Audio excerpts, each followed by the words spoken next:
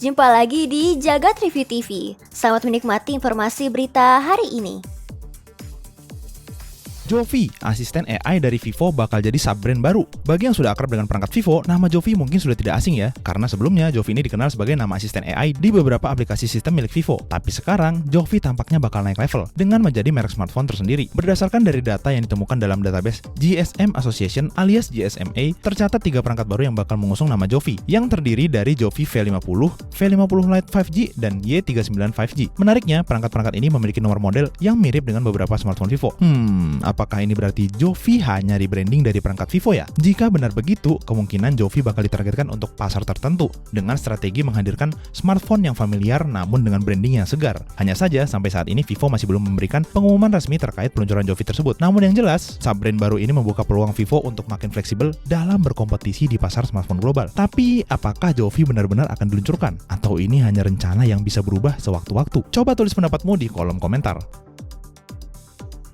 Ada skuter listrik gaming dengan prosesor Snapdragon. Perkenalkan iCruiser No. 1, sebuah skuter listrik unik yang disebut bisa terhubung dengan platform gaming untuk bermain game AR. Mengutip dari Notebook Check, skuter ini hadir dengan prosesor Qualcomm Snapdragon 865 keluaran tahun 2019 yang dipasang dengan RAM 8GB dan storage flash 512GB. Lalu nantinya game akan ditampilkan di layar berukuran 7 inci Full HD dengan tingkat kecerahan yang disebut mencapai 1000 nits. Selain itu, skuter ini juga sudah dilengkapi dengan kamera depan dan belakang. Kemudian ada mikrofon, speaker, serta teknologi laser tag yang semuanya dapat digunakan untuk bermain game. Kemudian skuter ini juga memiliki GPS untuk berbagi lokasi saat tengah bermain dan ini juga sudah mendukung konektivitas 5G. Sekarang untuk spesifikasi skuternya yang diklaim memiliki top speed hingga 60 km per jam. Skuter ini ditenagai oleh 2 baterai 30 Ah atau 59,2 volt yang disebut bisa terisi penuh dalam waktu 2 jam. Lalu untuk harganya, iCruiser No. 1 ini bakal dijual seharga $13.000 dan baru akan diluncurkan tahun depan.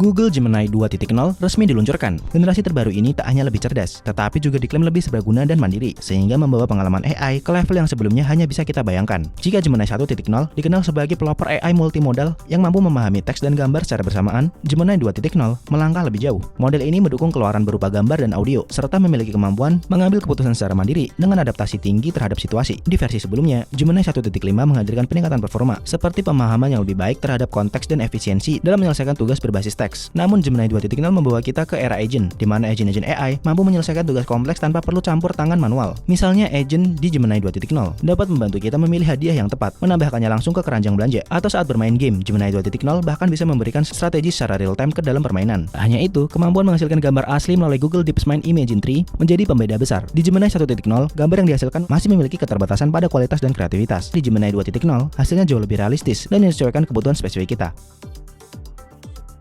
Varian terbaru Tecno Megabook T1. Tecno kembali meluncurkan varian baru laptop Tecno Megabook T1 yang kini hadir dengan pilihan prosesor yang lebih unggul. Sebelumnya Tecno Megabook T1 hadir dengan prosesor Intel Core i5 12450H dan AMD Ryzen 5 5625U. Namun pada versi terbaru ini, Tecno menawarkan opsi prosesor Intel Core i5 13420H generasi ke-13 dan AMD Ryzen 5 7430U. Layar laptop ini berukuran 14 inci dengan rasio 16:10, menggunakan panel IPS dengan resolusi Full HD. Lalu akurasi warna 100% sRGB dengan tingkat kecerahan hingga 350 nits. Bobot laptop ini ada di 1,39 kg dan ketebalan di 14,8 mm. Untuk baterainya, Tecno membekali Megabook T1 dengan kapasitas 75 Wh, didukung pengisian cepat menggunakan charger 65 W Type-C. Kedua varian ini didukung oleh memori LPDDR4 16GB dan penyimpanan SSD 512GB. Tecno Megabook T1 ditawarkan dengan harga untuk varian Intel seharga Rp7.999.000 dan untuk varian AMD seharga Rp6.999.000. Keduanya sudah bisa didapatkan di e-commerce resmi Tecno Indonesia. Banyak layar smartphone Greenline, OnePlus tawarkan garansi seumur hidup. OnePlus baru saja mengumumkan program ambisius bernama OnePlus Greenline Worry-Free Solution, yaitu garansi layar untuk masalah garis hijau atau yang kita kenal dengan Lightsaber. Menariknya, garansi ini bahkan tetap ada meskipun sudah melewati masa garansi, sehingga menjadikannya sebagai brand pertama yang memiliki jaminan seumur hidup untuk layar. Adapun yang dijanjikan OnePlus dalam garansi ini yaitu peningkatan kualitas layar dengan dilengkapi Enhanced Edge Bonding Layer menggunakan material PVX untuk menjaga kelembapan dan oksigen yang dapat merusak layar. Kemudian pengujian super ketat. OnePlus melakukan lebih dari 180 pengujian, termasuk Double Active 5 Test yang mengekspos layar dengan suhu 85 derajat Celcius dan kelembapan 85% untuk memastikan daya tahannya, dan tentunya garansi seumur hidup. Jadi saat layar perangkat kita terkena masalah garis hijau, OnePlus akan menggantinya tanpa biaya, bahkan untuk perangkat lama mereka sekalipun. Hadirnya langkah berani dari OnePlus ini diharapkan menjadi inspirasi bagi produsen smartphone lain, karena masalah layar ini bukan hanya mengganggu pengguna, tetapi juga menurunkan kepercayaan pada brand. Bayangkan jika semua brand menerapkan hal serupa, tidak hanya pengguna yang diuntungkan, tapi juga reputasi industri teknologi akan semakin kuat.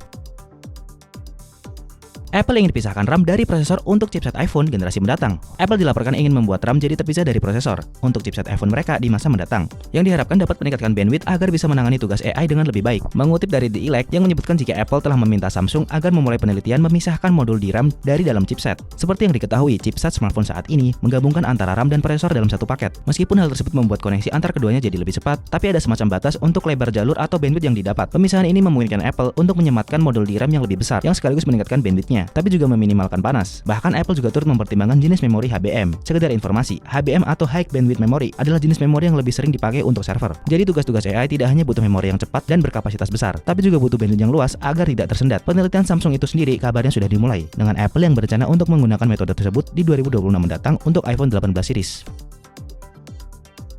Pemerintah Indonesia dengan Apple segera deal. Drama antara Apple dengan pemerintah RI sepertinya mulai menemui titik cerah karena Apple dikabarkan bakal segera menyetujui investasi $1 miliar AS atau sekitar 15,9 triliun rupiah. Ini disampaikan oleh Menteri Investasi dan Hilirisasi, Roslan Roslani. Ia mengungkapkan bahwa komitmen ini bakal disampaikan secara tertulis dalam waktu dekat. Setelah sebelumnya tawaran Apple sebesar $10 juta AS atau sekitar 157 miliar rupiah untuk membangun pabrik aksesoris di Bandung sempat ditolak pemerintah. Belum lagi Apple yang menawar ingin bebas pajak 50 tahun di Indonesia. Tawaran berikutnya sebesar $100 juta AS juga dianggap belum memenuhi kriteria berkeadilan. Bagaimana tidak, angka ini jauh lebih kecil dibandingkan investasi Apple di negara lain seperti Vietnam yang mencapai 255 triliun rupiah. Apalagi nominal ini masih tergolong kecil dibandingkan keuntungan mereka dari pasar Indonesia. Tapi pemerintah Indonesia punya pertimbangan lain yang memandang investasi ini sebagai langkah awal yang menjanjikan di industri teknologi tanah air. Harapannya Apple juga turut memindahkan sebagian rantai pasok globalnya ke Indonesia, yang dapat membuat supplier Apple di dunia juga turut mengikuti jejaknya, yang dapat membuka peluang investasi tambahan serta menciptakan lapangan kerja dalam negeri kita.